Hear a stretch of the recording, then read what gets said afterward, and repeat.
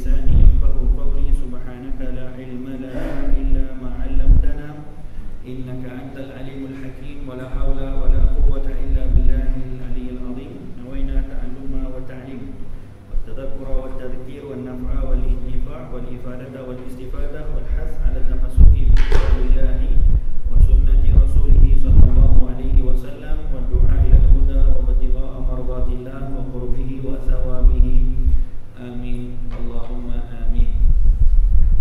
Hadirin hadirat yang dirahmati oleh Allah, insyaallah kita sambung perbicaraan daripada tafsir surah Al-Baqarah. Yang terakhir kita uraikan sehingga ayat yang ke-82 daripada surah Al-Baqarah, yang masih lagi mengisahkan tentang bagaimana sikap Bani Israel kepada perintah Allah Subhanahu wa taala, bagaimana cara untuk mereka menghadapi dakwah junjungan besar Nabi Muhammad sallallahu alaihi wa ala alihi wasallam. Seterusnya pada ayat yang ke-83 Allah Subhanahu wa taala menyebutkan ataupun masih lagi menyebutkan tentang perjanjian yang telah diambil daripada Bani Israel di zaman Nabi Musa alaihi salam, yang mana perjanjian itu dipanggil sebagai Al-Mitsaq. Dalam bahasa Arab, Al-Mitsaq maknanya bukan setakat berjanji. Sebab berjanji dalam bahasa Arab Al-Ahd, perjanjian, ataupun beberapa perkataan-perkataan yang lain. Adapun perkataan mitsaq yang disebutkan pada ayat yang ke-83 ini, wa idh akhadna mitsaqa bani Israil, kata Allah Subhanahu wa taala, dan ingatlah wahai Muhammad Rasulullah SAW ketika kami mengikat perjanjian setia dengan Bani Israel. Al-Mitsaq maknanya adalah perjanjian setia, ataupun diartikan juga dengan perjanjian Al-Ahdul Imani, perjanjian iman. Perkataan Al-Mitsaq dalam Al-Quran seringkali Allah Subhanahu wa taala meletakkan ianya sebagai satu perkara yang besar, seperti mana ayat yang kita ceritakan sekarang, perjanjian yang Allah ambil dengan Bani Israel. Perjanjian ini bukan maknanya Allah Ta'ala bercakap dengan Bani Israel. Maksud Allah Ta'ala mengambil janji dengan Bani Israel di sini adalah melalui lisan Nabi Musa AS.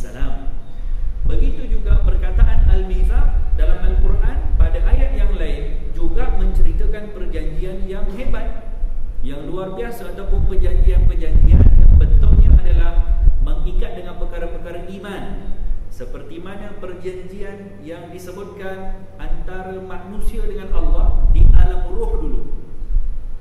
Wa in akhadha rabbuka min bani adama min dzurriyyatihim alastu bi rabbikum qalu bala syahidna. Allah Ta'ala menceritakan tentang apa? Perjanjian seluruh manusia Bani Adam dengan Allah di alam ruh dulu.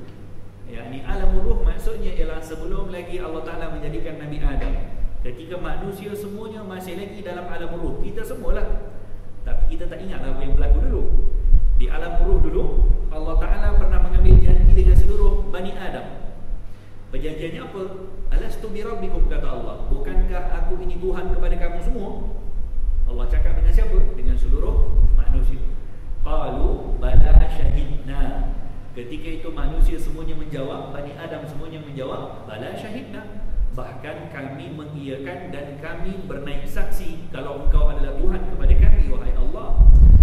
Itu dinamakan Al-Mitsaq, yakni perjanjian yang sangat kuat, ataupun dipanggil sebagai perjanjian setia yang diikat dengan konsep keimanan.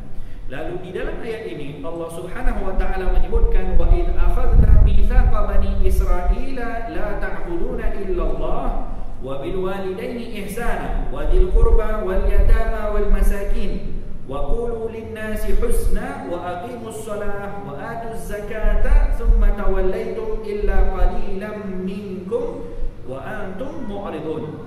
Dan ingatlah wahai Muhammad ya Rasulullah, ketika kami mengikat perjanjian setia dengan Bani Israel, dengan kami berfirman, pertama kata Allah, dalam ayat ini apa yang Allah ambil janji? La ta'buduna illallah.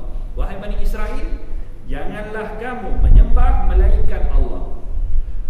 Kedua, wabil walidaini ihsana, dan berbuat baiklah kepada kedua ibu bapa dan kaum kerabat dan anak-anak yatim serta orang-orang miskin, dan katakanlah kepada sesama manusia perkataan-perkataan yang baik, dan dirikanlah sembahyang serta berilah zakat. Kemudian kamu berpaling,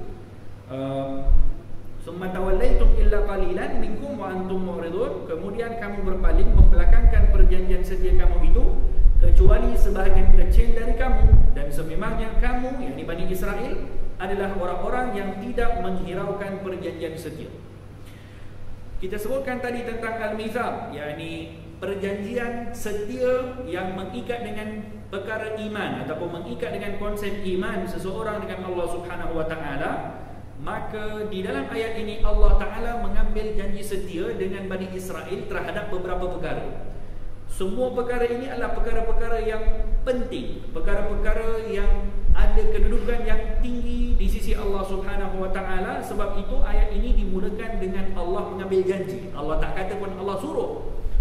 Boleh saja Allah Ta'ala kata Allah suruh kepada Bani Israel untuk tidak menyembah melainkan Allah, dirikan solat, buat baik kepada ibu bapa. Tapi ayat ini diawali dengan cara macam mana? Mengambil janji.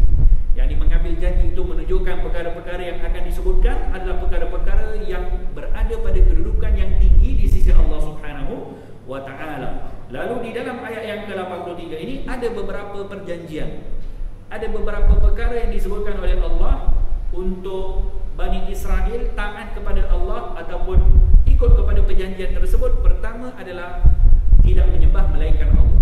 Ini adalah dipanggil sebagai hak Allah. Setelah daripada hak Allah adalah hakul makhluk, hak makhluk pula. Yakni yang kedua yang Allah Ta'ala mengambil janji kepada Bani Israel adalah wabil walidaini ihsana, dan berbuat baiklah kamu kepada kedua ibu bapa, wadil qurba. Yang ketiga adalah berbuat baiklah ataupun berihsanlah kamu kepada kaum kerabat, dan kemudian anak-anak yatim, dan kemudian kepada orang-orang miskin. Kemudian wa qulu linnasi husna, berkatalah kamu dengan manusia dengan perkataan baik, dirikanlah solat, tunaikan zakat. 8 perkara yang disebut dalam ayat ini. Bukankah ke-8 perkara ini juga dituntut kepada kita juga? yakni kepada umat Nabi Muhammad pun Allah Ta'ala suruh. Tapi ayat yang sama juga sebenarnya Allah Ta'ala sebutkan pada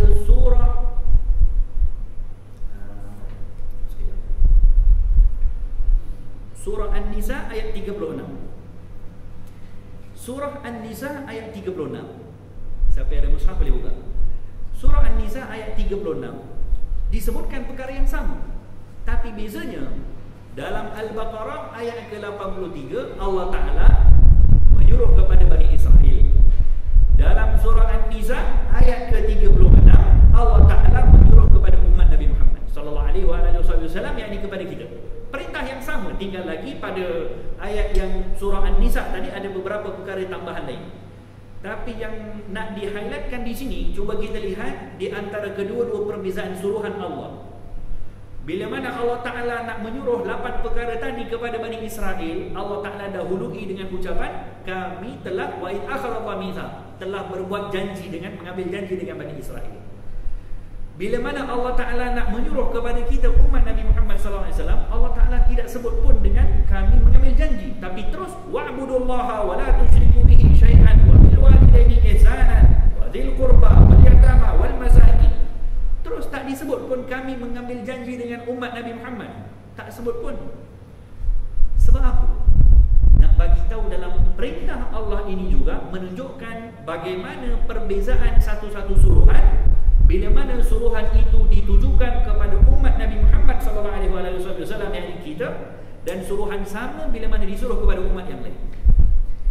Begitu juga dua perkara ini memberikan satu gambaran kepada kita bagaimana kalau kita yang taat kepada Allah berbeza dengan Bani Israel yang taat kepada Allah. Kita bila mana taat kepada Allah, ganjaran kita berbeza dengan macam mana Bani Israel taat kepada Allah. Walaupun mereka baik, walaupun mereka taat, tapi berbeza dengan baiknya seseorang daripada kalangan umat Nabi Muhammad sallallahu alaihi wasallam. Macam standard kan. Ini bukan soal tidak adilnya Allah. Inilah keadilan Allah Subhanahu wa ta'ala. Di mana sifat adilnya Allah dalam masalah ini? Adilnya Allah dalam masalah ini adalah bila mana Allah Ta'ala memberikan sesuatu yang sesuai kepada seseorang. Itu nama adil. Adil itu maknanya apa? Memberikan sesuatu yang layak bagi seseorang. Maka yang layak diberikan kepada umat Nabi Muhammad SAW adalah kemuliaan semacam tu, penghormatan semacam tu, panggilan yang hormat. Maka yang layak diberikan kepada Bani Israel adalah semacam tu. Cuba kita tengok dalam Al-Quran. Berapa tempat Allah Subhanahu wa ta'ala bila mana nak suruh Bani Israel, Allah panggil nama mereka ya ahlal kitab. Ataupun dalam ayat ni Bani Israel, ya ahlal kitab, Bani Israel lah yang diturunkan kepada kitab, kepada mereka kitab, Yahudi dan juga Nasrani. Tapi bila mana Allah Ta'ala nak suruh kepada kita umat Nabi Muhammad SAW, ada Allah Ta'ala panggil wahai umat Nabi Muhammad? Tak ada. Tapi dipanggil dengan apa? Kuntum khairu ummah, kamu ini sebaik-baik umat. Begitu juga bila mana Allah Ta'ala nak sebut nama seseorang Nabi Rasul dalam Al-Quran, Allah juga cara sebutannya tu berbeza. Bila mana Allah sebut nama, panggil nama seorang Nabi Rasul, berbeza dengan cara Allah Ta'ala memanggil Rasulullah SAW. Kepada para Nabi-Nabi yang lain Allah panggil ya Musa, ya Harun, ya Ibrahim, ya Isa, ya Adam. Nabi Muhammad SAW tak ada satu tempat pun dalam Al-Quran yang Allah panggil ya Muhammad. Ada satu orientalis Yahudi, dia tulis dalam dia punya buku, Al-Quran adalah sebuah kitab yang merendahkan martabat Nabi Muhammad dan umat Nabi Muhammad. Dan Al-Quran pula adalah sebuah kitab yang mengangkat tinggi martabat orang-orang Yahudi, bangsa Bani Israel. Dia dakwa dalam dia punya kitab, dia punya buku. Dia bawa bukti Al-Quran. Macam mana dia punya bukti? Dia kata, cuba kamu tengok dalam Al-Quran macam mana, berapa banyak kali Allah sebut nama Nabi Musa, Nabi Isa, berbanding dengan berapa banyak kali Allah sebut nama Nabi Muhammad. Bukankah nama Nabi Musa, Nabi Isa lebih banyak? Nama Nabi Isa sahaja dalam Al-Quran lebih kurang 25 kali. 25 tempat disebut nama Nabi Isa. Belum lagi nama Nabi Musa AS. Nama Nabi Musa paling banyak dalam Al-Quran. Kisah Bani Israel paling banyak dalam Al-Quran. Siapa orang-orang yang disebut dalam Al-Quran, yang disebut dengan satu ucapan ataupun ayat-ayat yang menunjukkan mereka itu martabat yang tinggi di sisi Allah, seperti Sayyidatina Maryam. Cuba kita lihat dalam Al-Quran, Allah Ta'ala menyebutkan Sayyidatina Maryam, ibu kepada Nabi Isa AS, seorang perempuan yang dilahirkan daripada kalangan bangsa Bani Israel. Macam mana Allah Ta'ala sebut dan tinggikan martabat Sayyidatina Maryam? Inna Allah astafaki wa tahharaki wa astafaki ala nisa'il alamin, kata Allah. Sesungguhnya engkau ya Maryam, Inna Allah astafaki, Allah Ta'ala telah memilih kamu daripada, mengistimewakan kamu daripada perempuan-perempuan yang lain. Wa tahharaki, dan Allah menyuci bersihkan kamu ya Maryam. Wastafaki, sekali lagi Allah sebut, dan kamu telah diistimewakan ala nisa'il alamin, melebihi seluruh perempuan di kedua-dua alam, di dunia ataupun di alam akhirat. Alamin, alam dunia, alam akhirat, Sayyidatina Maryam ditinggikan martabatnya oleh Allah Subhanahu wa taala. Apalagi yang disebutkan tentang kaum Bani Israel dalam Al-Quran, keluarga Imran dalam surah Ali Imran. Ada sebut keluarga Nabi Muhammad dalam Al-Quran? Tak ada. Bah, kalau keluarga Imran, orang Bani Israel, ada satu surah Al-Quran nama Ali Imran, keluarga Imran. Maka si Yahudi ni kata, ini bukti Al-Quran adalah merendahkan martabat Nabi Muhammad, Al-Quran merendahkan martabat umat Nabi Muhammad, Al-Quran meninggikan martabat Bani Israel. Sebenarnya terbalik. Sebenarnya Allah Ta'ala tidak menyebutkan nama Nabi Muhammad dalam Al-Quran itu sebagai kemuliaan kepada Nabi Muhammad SAW. Macam mana kemuliaan? Allah Ta'ala tidak panggil Rasulullah dengan namanya. Adapun Nabi Musa, Nabi Isa yang disebut oleh Yahudi tadi, Allah Ta'ala panggil dengan nama mereka. Tapi Nabi Muhammad SAW, apa gelaran yang Allah panggil dalam Al-Quran? Ya ayuhan Nabi, wahai Nabi, ya ayyuhar rasul, wahai Rasul. Ini gelaran yang mulia.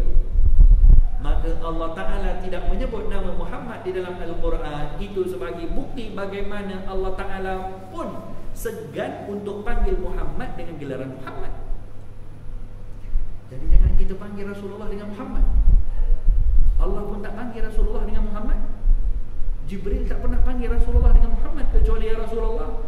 Sahabat tak pernah panggil Rasulullah dengan ya Muhammad. Yang panggil Rasulullah dengan Muhammad hanya dua golongan di zaman Nabi. Pertama, orang-orang kafir, Abu Jahal, Utbah, Syaibah dan sebagainya. Mereka panggil dengan Muhammad. Golongan kedua yang panggil dengan Muhammad adalah siapa? Orang munafik di Madinah.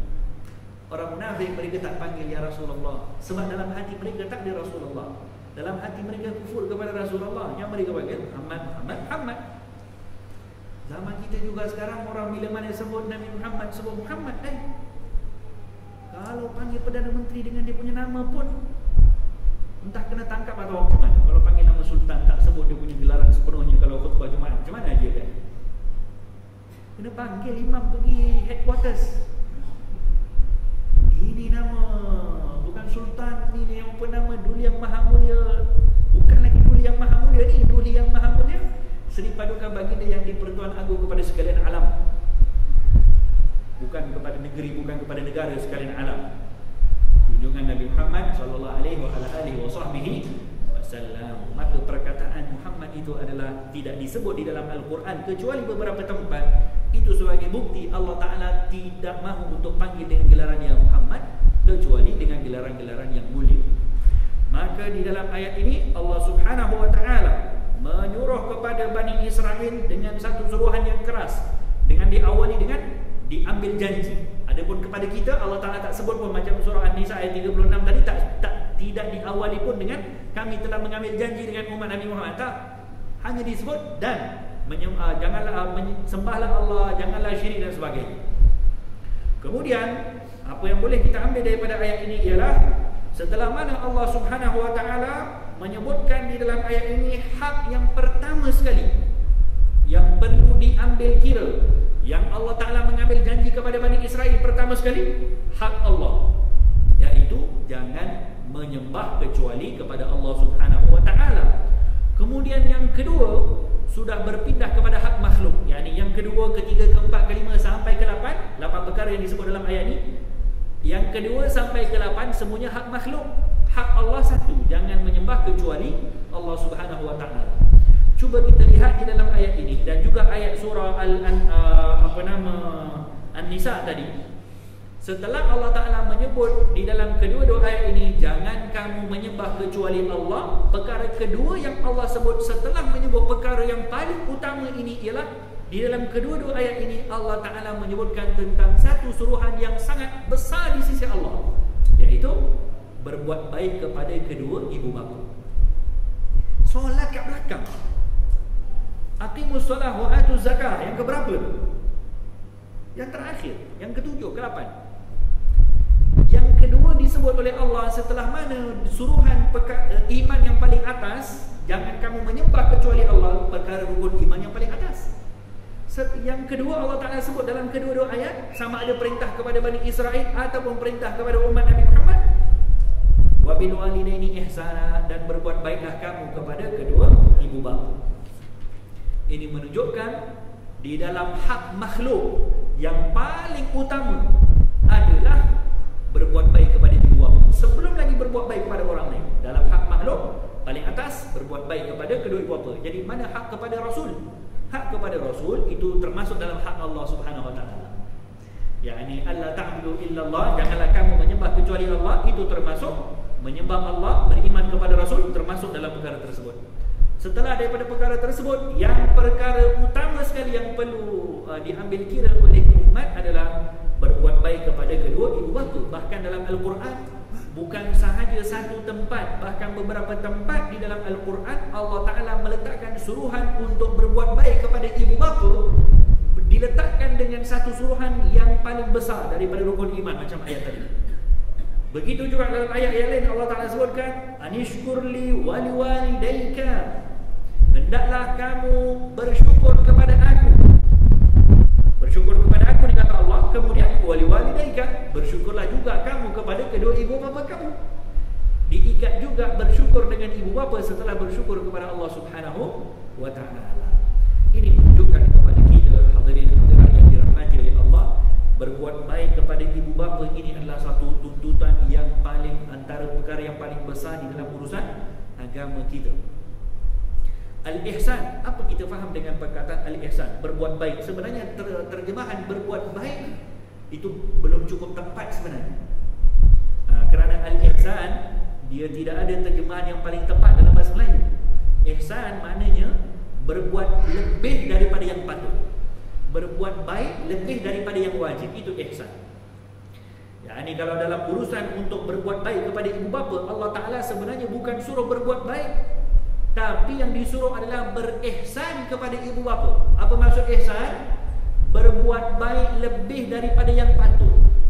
Kalau ihsan dalam ibadah, kita kan disuruh untuk berihsan dalam ibadah kan. Kalau ihsan kita dalam kita punya sembahyang, kita sembahyang maghrib tadi, itu fardu. Belum lagi cukup kita berihsan dalam ibadah, tapi kita berbuat baik. Ihsan dalam ibadah itu bila kita akan dapat martabat ihsan, bila mana solatnya kita itu dengan perkara-perkara sunnah, jaga kepada perkara-perkara yang sunnah, bukan saja rukun, yang sunnah dijaga adabnya. Kemudian setelah sembahyang dengan zikirnya, setelah daripada zikir dengan doa, habis doa dengan salat ba'diyah, itu baru dipanggil ihsan dalam ibadah, yakni berbuat lebih daripada yang wajib. So dalam masalah berbuat baik kepada ibu bapa, sebenarnya kita kena faham, kita disuruh oleh Allah bukan untuk berbuat baik kepada ibu bapa, tapi yang disuruh oleh Allah berbuat baik lebih daripada yang patut kepada ibu bapa. Yakni berbuat lebih daripada yang patut. Maknanya kita kena tahu macam mana sekarang, apa yang patut sekarang untuk berbuat baik kepada ibu bapa. Yakni yang fardu apa? Yang mesti apa? Yang mesti adalah ikut cakap ibu bapa contoh. Jangan lawan cakap. Berikan nafkah. Apa lagi? Hormat mereka. Itu yang fardu wajib. Hanya dengan berikan nafkah kepada ibu bapa belum cukup untuk dapat martabat ihsan dalam berbuat baik kepada ibu bapa. Itu fardu wajib. Tak lawan cakap mak ayah, ataupun tak bantah, tak marah, apa semua tu, tak tinggikan suara dan sebagainya, itu hanya apa? Hanya berbuat baik, belum ihsan. Namanya ihsan berbuat baik lebih daripada yang patut. Yakni kalau yang patut tu setakat macam tadi kita sebut, maka kita akan dipanggil sebagai orang yang ada sikap ihsan kepada ibu bapa bila mana kita buat lebih daripada itu. Dalam kitab Adabul Mufrad, Al-Imam Al-Bukhari ada meriwayatkan beberapa hadis tentang macam mana kisah orang-orang saleh di zaman dulu di dalam berbuat baik kepada ibu bapa, yakni ihsannya mereka. Antaranya apa? Mereka tidak pernah tinggalkan satu solat, maupun solat yang wajib ataupun solat yang sunnah, kecuali di akhir sujud mereka mendoakan kepada ibu bapa. Itu ihsan. Sebab itu bukan wajib. Doakan kepada ibu bapa memang Allah Ta'ala sebut dalam Al-Quran, tapi mendoakan kepada ibu bapa setiap kali dalam solat itu bukan wajib. Kalau buat macam tu, itu ihsan. Ihsan bila mana berbuat lebih daripada yang patut. Tapi kalau setakat mendoakan kepada ibu bapa, itu baru berbuat baik. Sebab ianya disebut dalam Al-Quran. Bahkan Allah sendiri ajarkan dalam Al-Quran cara untuk berdoa kepada ibu bapa. Ini specialnya doa ni.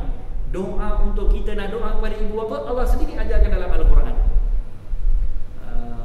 Jadi kena faham tu, dalam masalah berbuat baik kepada ibu bapa, ini hak setelah daripada hak Allah dan juga hak Rasul. Paling utama daripada hak makhluk adalah berbuat baik kepada ibu bapa. Dan dalam masalah berbuat baik kepada ibu bapa, yang paling utama ibulah. Setelah daripada ibu adalah bapa. Jadi itu maksud al-ihsan. Dan ihsan, orang yang berbuat baik lebih daripada yang patut, lebih daripada yang wajib, mereka itu yang disebut dalam Al-Quran sebagai orang-orang yang disifatkan sebagai ahli syurga. Dalam satu ayat Allah Ta'ala sebutkan, innal muttaqina fi jannatin wa uyun. Sesungguhnya orang-orang bertakwa, mereka akan dimasukkan ke dalam syurga yang ada uyun, ada mata air. Akhirina ma atahum rabbuhum. Mereka akan diberikan ataupun akan menerima apa yang diberikan oleh Tuhan mereka kepada mereka. Sebab apa kata Allah? Innahum kanu qabla dzalika muhsinin. Kerana mereka itu qabla dzalika, sebelum daripada masuk syurga, yakni di dunia dulu, mereka adalah tergolong daripada kalangan orang-orang muhsinin, orang-orang yang berbuat baik lebih daripada yang patut. So bersikap ihsan, kita kena ingat, kalau hanya satu-satu orang hanya buat perkara-perkara yang wajib, hanya tinggalkan perkara-perkara yang haram, setakat itu saja tidak ditambah dengan perkara-perkara yang sunnah, itu belum cukup ihsan. Antara sifat ahli syurga yang Allah sebutkan yang diberikan akhirina, mereka akan dapat apa yang diberikan oleh Tuhan mereka, apa sahaja semua mereka dapat. Kepada siapa? Kepada orang yang dulunya di dunia dulu mereka adalah daripada kalangan orang-orang muhsinin, orang-orang yang bersikap ihsan, maupun di dalam ibadah, maupun di dalam muamalah mereka dengan orang lain, maupun di dalam masalah berbuat baik kepada ibu bapa, dan juga semua perkara-perkara yang disebutkan lepas ini. Setelah itu Allah Ta'ala sebutkan hak yang pertama kepada makhluk adalah hak berbuat baik kepada ibu bapa, bersikap ihsan kepada ibu bapa. Setelah itu adalah wadil qurba, dan kepada kaum kerabat.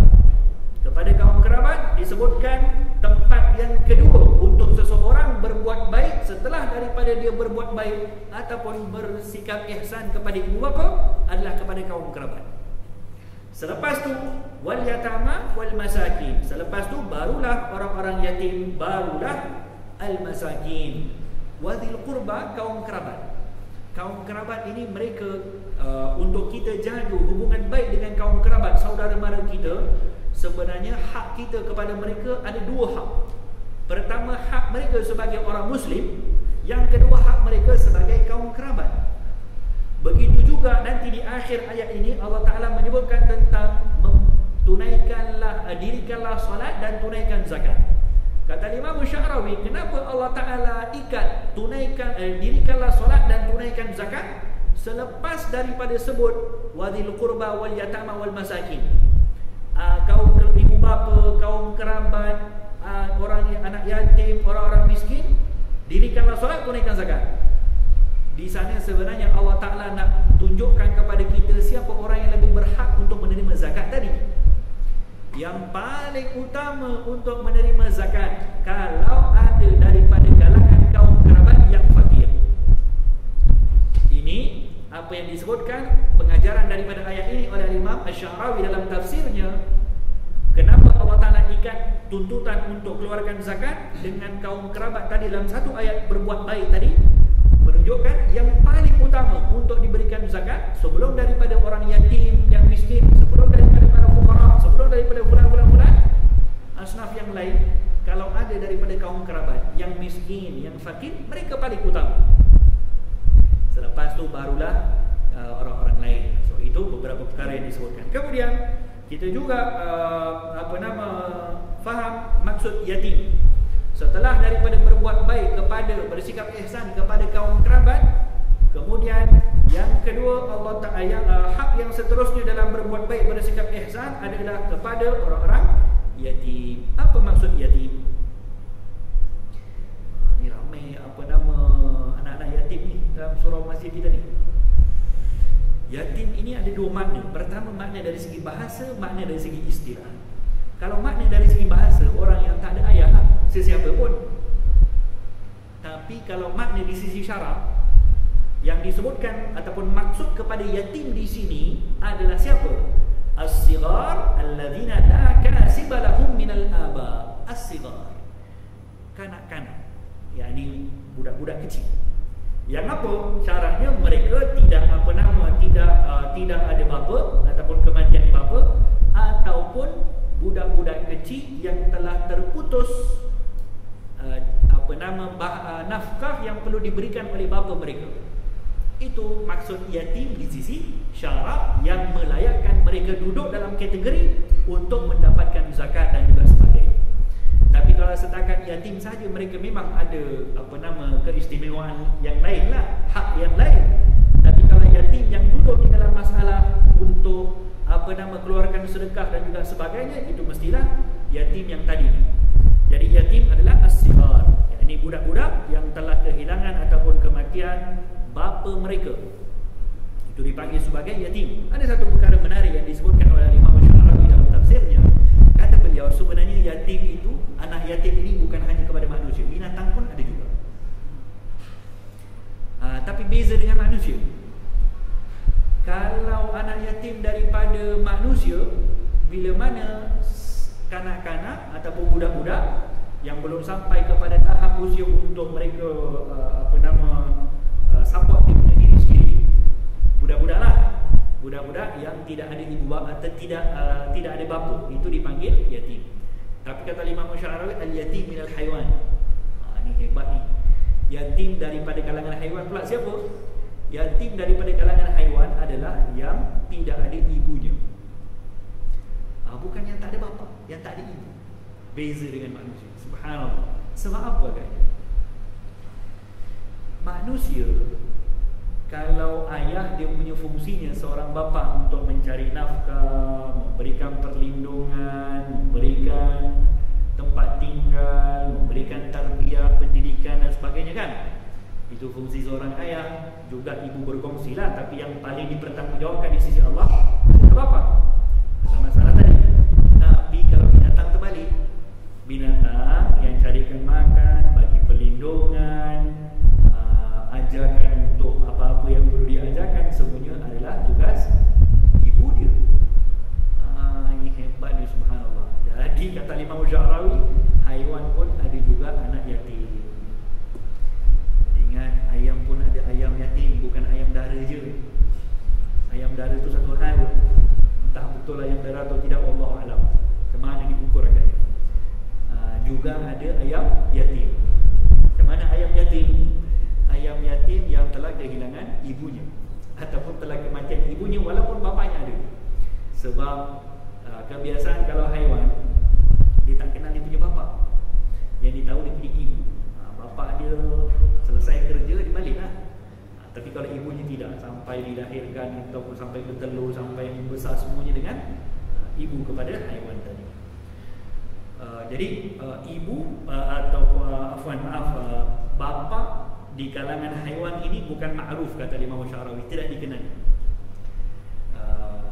Jadi kita juga di zaman kita sekarang, manusia pun banyak yang ikut sifir haiwan ni.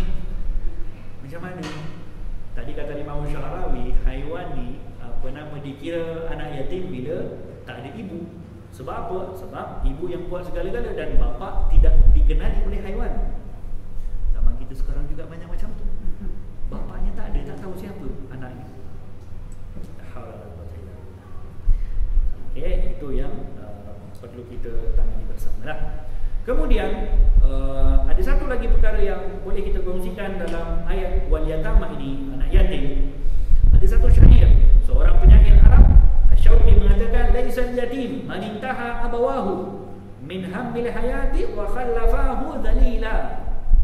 Kata beliau, seorang ahli penyair ni, kata beliau, bukanlah seorang itu dipanggil sebagai anak yatim ataupun tidak dianggap sebagai yatim dengan apa? Manintaha abawahu, yang telah kematian ibu bapanya, min hammil haya, ataupun telah kehilangan ibu bapanya daripada apa-apa yang mereka perlukan, min hammil haya, daripada keperluan hidup, wa khallafahu zalila, dan tinggalkan mereka bersendirian. Itu bukan yatim yang sebenarnya.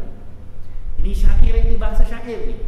Bukan dibincang dari soal syarak, bahasa syair, nak bagi pengajaran kepada kita.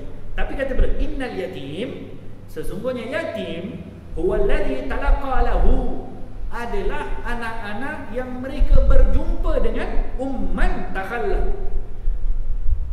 Innal yatim huwallazi talaqa lahu umman takhalla. Sebenarnya yatim itu adalah siapa? Bukan yang kematian mak ayahnya tadi, bukan yang putus bekalan makan, bukan yang putus bekalan kehidupan. Tapi sebenarnya yatim adalah siapa? Yang ada mak bapa, yang jumpa mak bapa, tapi macam mana sifat ibunya? Umman takhalla, ibu yang mengabaikan anak, wa aban masyghula, dan bapa yang sentiasa sibuk. Itu yatim juga. Sebab apa? Telah kehilangan fungsi mak bapa kepada anak tadi. Maka kata seorang penyair, itu pun boleh dianggap sebagai yatim. Tapi bukan yatim di sisi syarak ya. Yatim dari segi bahasa syair lah. Jadi zaman kita juga ataupun dulu-dulu pun tak tahulah macam mana kan. Ramai juga yang ibu bapanya tidak mengambil tanggungjawab yang sepatutnya kepada anak. Bukan hanya dengan bagi makan, bukan hanya dengan bagi duit, bukan hanya dengan sekian. tapi perlu juga dengan supaya ibu bapanya tidak kehilangan daripada menjaga anak-anak, ataupun anak-anak tu jangan sampai rasa mak bapaknya tak wujud. Mak bapaknya di Facebook, di WhatsApp. Jangan jadi macam tu. Kesian anak kita kalau kata penyair ni tu anak yatim tu. Anak yatim yang telah kehilangan ibu bapa dengan cara macam mana? Mak bapak ada depan mata tapi tak ada fungsi. Kalau setakat bagi makan, bagi minum, haiwan pun bagi makan, bagi minum juga. Setakat bagi tempat tinggal, haiwan pun bagi tempat tinggal. Setakat nak bagi perlindungan, ayam pun bukan main bagi perlindungan dekat anak-anak dia. Yang membezakan kita dengan haiwan adalah apa? Tarbiyah, pendidikan. Tarbiyah jangan diabaikan. Al-ummu awwalul madrasah, kata Nabi dalam satu hadis, ibu madrasah yang pertama. Madrasah yang pertama kepada anak-anak adalah ibu. Sebab apa? Anak-anak tu mendapat pendidikan daripada ibu, daripada dalam perut lagi dah. Dan selepas dia keluar, yang pertama sekali yang dia akan lihat, yang dia akan terus kesan, yang dia akan ikut adalah dengan sifat ibunya. Kalau ibunya kerja selfie dia masuk dalam Facebook, tak payah cakap lah anaknya nanti macam mana. Al-ummu awwalul madrasah, ibu adalah madrasah yang pertama. Bukan sekolah taska madrasah pertama, bukan sekolah tadika madrasah pertama, ibu madrasah yang pertama, kata Nabi sallallahu alaihi wasallam. Kita lihat orang-orang silam dulu, ramai daripada kalangan mereka, orang-orang dulu, ulama-ulama zaman silam, ramai daripada kalangan mereka yang berlatar belakangkan ibu yang soleh, ataupun seorang ibu yang murabbiyah. Al-Imam Syafi'i rahimahullah, pernah kita dengar tentang sejarah macam mana beliau mendapat pendidikan ataupun daripada ayah kita. Yang masyhur adalah bagaimana beliau mendapat pendidikan daripada ibunya. Al-ummu awwalul madrasah, ibu tu madrasah yang pertama. Ini apa nama, sejarah orang-orang saleh dulu membuktikan kepada kita bagaimana baiknya mereka, eloknya mereka adalah dengan kebanyakan daripada kalangan mereka adalah apa nama, dengan mendapat pendidikan yang baik daripada ibu. Tambah lagi kalau pendidikan juga yang baik daripada ayah. Dan biasanya pendidikan yang baik daripada ayah, tarbiyah daripada ayah tu bila mana dah usianya mungkin melepasi kepada zaman kanak-kanak, baru dipandang kepada tingkah laku ayah. Tapi kalau awal-awal lagi, kebanyakan anak-anak adalah memandang kepada tingkah laku ibu. Dikisahkan guru kepada guru-guru kami dulu, Habib Umar diceritakan dalam guru-guru kita, kalau beliau ketika di dalam kandungan ibunya sentiasa cakap, biarlah anakku ni jadi pendakwah, jadi pendakwah, jadi pendakwah. Doa ibunya apa? Bila mana dalam kandungan dan juga setelah dilahirkan, sentiasa ibunya membisikkan di dalam telinganya, jadi pendakwah kau, jadi pendakwah nak, jadi pendakwah hebat, jadi pendakwah betul. Abangnya mufti di Yaman sekarang. Diceritakan kalau ketika ibunya mengandungkan abangnya, daripada hamil lagi ibunya sebut jadi mufti nak, jadi mufti. Lepas lahir pun sebut jadi mufti nak, jadi mufti. Memang betul jadi mufti sekarang. Al-ummu awwalul madrasah, ibu adalah madrasah yang pertama. Jadi jangan sampai ibu bapa daripada kecil-kecil sebut tak nama siapa-siapa untuk didengari oleh anak. Biarkan kita sebutkan benda-benda yang lain. Okey, kemudian setelah daripada tersebut, setelah daripada hak berbuat baik kepada anak-anak yatim, seterusnya adalah wal yatama wal masakin. Siapa itu miskin? Al-masakin adalah alladzina la yajiduna ma yunfiquna ala anfusihim wa ahlihim. Orang-orang miskin adalah orang-orang yang mereka tidak dapat nafkah untuk diri mereka dan ahli keluarga mereka. Itu miskin. Jadi ada beza di antara orang miskin dan orang fakir. Kita pernah sebutkan dulu, kalau orang miskin mereka tidak cukup perbelanjaan. Kalau orang fakir macam ni, mudahnya macam ni, kalaulah satu hari seorang itu perlukan RM10 untuk menyara dia dengan keluarganya lah contoh, maka kalau dia hanya dapat RM5 hingga RM9, cukup tak tu? Tak cukup. Kalau dia dapat lebih daripada separuh, hinggalah kepada RM9. Kalau RM10 dia bukan miskin, RM10 dia dah cukup dah. Kalau dapat RM5 hingga RM10, maka dia dipanggil miskin. Tapi kalau fakir, dia dapat hasil ataupun pendapatannya separuh daripada yang diperlukan. Itu fakir. Yani dapat RM5 ke bawah, itu fakir.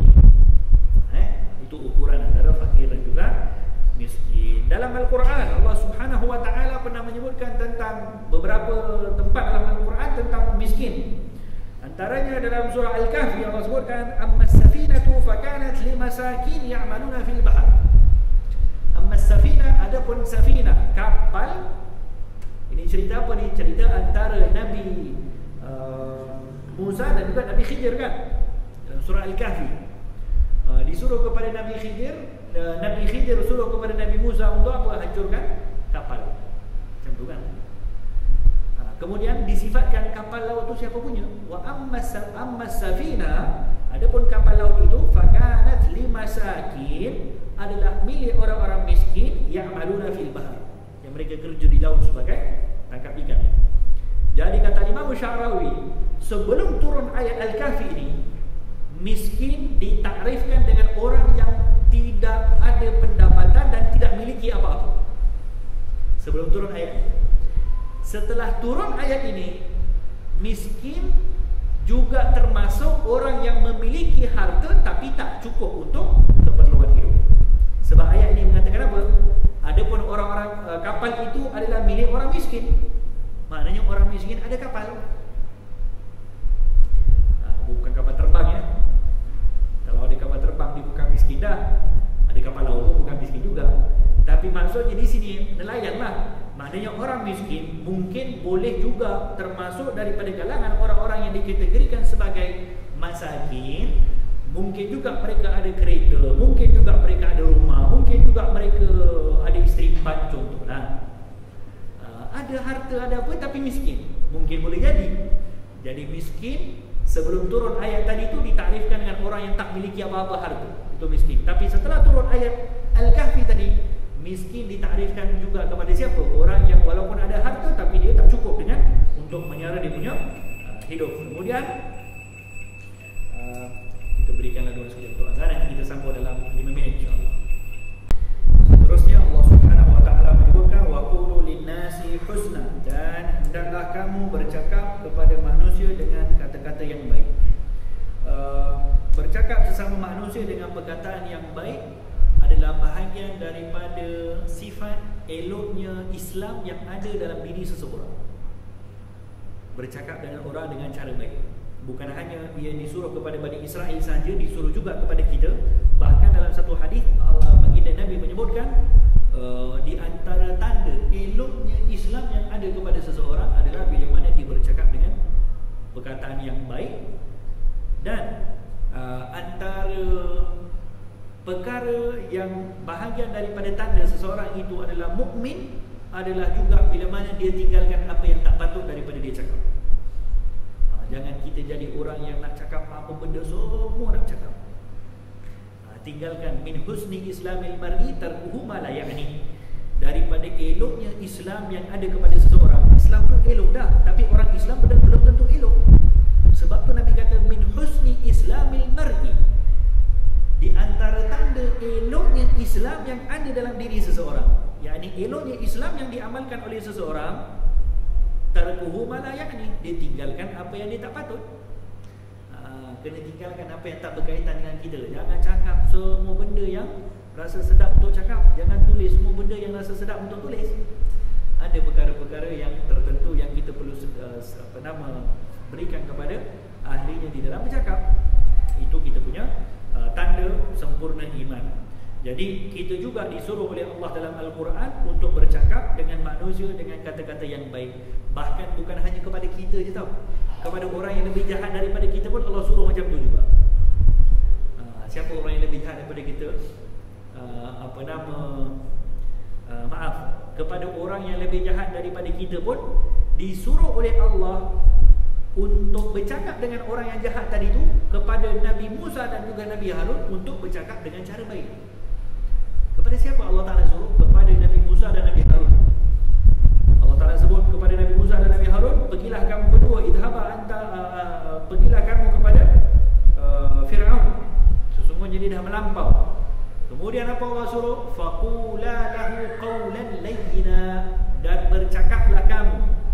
kepada Fir'aun dengan apa? Qaulan layyina, kata-kata yang lembut. Subhanallah.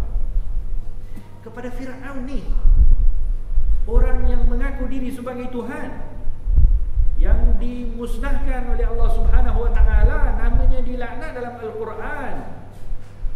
Tapi Allah Taala suruh kepada Nabi Musa untuk pergi jumpa Fir'aun, berdakwah kepada Fir'aun, cakap dengan kata-kata yang lembut, kata-kata yang baik. Jadi kita zaman sekarang bukan nak bercakap dengan orang yang lebih jahat daripada Fir'aun, dan orang yang bercakap tu pun bukan lebih baik daripada Nabi Musa dan juga Nabi Harun. Jadi kenapa tak nak ikut cara penyampaian, cara cakap, cara dakwahnya para anbiya? Ini dakwah para anbiya. Tak pernah maki hamun, tak pernah keluar kata kesan, tak pernah kata-kata yang menyakitkan orang, tak pernah merendahkan orang lain, tak pernah membuka aib orang lain, tak pernah sebutkan kesalahan orang lain di tempat orang lain, kecuali hanya disebutkan secara umum. Itu manhaj dakwah. Kalau ada orang yang nak berdakwah bukan dengan manhaj tadi, itu manhaj yang dicipta sendiri, bukan dakwah, bukan manhaj dakwah para anbiya, tapi manhaj dakwah yang dicipta oleh dirinya ataupun kumpulannya sendirilah. Jangan cakap itu manhaj dakwah para anbiya. Para anbiya Allah Ta'ala suruh dalam Al-Quran untuk bercakap dengan orang lain. Kepada Fir'aun pun Allah Ta'ala suruh cakap dengan kata-kata yang lembut, apalagi kepada orang-orang yang kita nak kata zaman kita nak dakwah, nak sampaikan ilmu dan sebagainya. Wa qula lahu qawlan layyina, bercakaplah kepada Fir'aun dengan kata-kata yang baik. So kata-kata yang baik ini bahagian daripada suruhan yang Allah Ta'ala suruh kepada kita. Kemudian terakhir, wa aqimus solat wa atuz zakat, dirikanlah solat, tunaikan zakat. Summa tawallaitum illa qalilan minkum wa antum mu'ridun. Dan kemudian Allah Ta'ala mengatakan, kemudian kamu berpaling daripada apa yang telah kamu janji, kecuali sebahagian kecil daripada kamu. 8 suruhan yang Allah Ta'ala suruh kepada Bani Israel, yang Allah Ta'ala mengambil janji. Kemudian Allah Ta'ala sebut juga di akhirnya, ramai daripada kalangan mereka yang telah memungkir janji. Tapi ketika mana Allah Ta'ala suruh kepada umat Nabi Muhammad, Allah Ta'ala tidak mengakhiri pun ayat tadi, ayat surah An-Nisa ayat 36, suruhan yang sama, tapi tak sebut pun di akhirnya ramai daripada kalangan kamu yang berpaling. Sedangkan memang banyak berpaling pun daripada kalangan umat Nabi Muhammad, banyak pun yang tak buat benda ni. Tapi Allah tak sebut macam mana Allah sebut kepada Bani Israel. Sebab apa?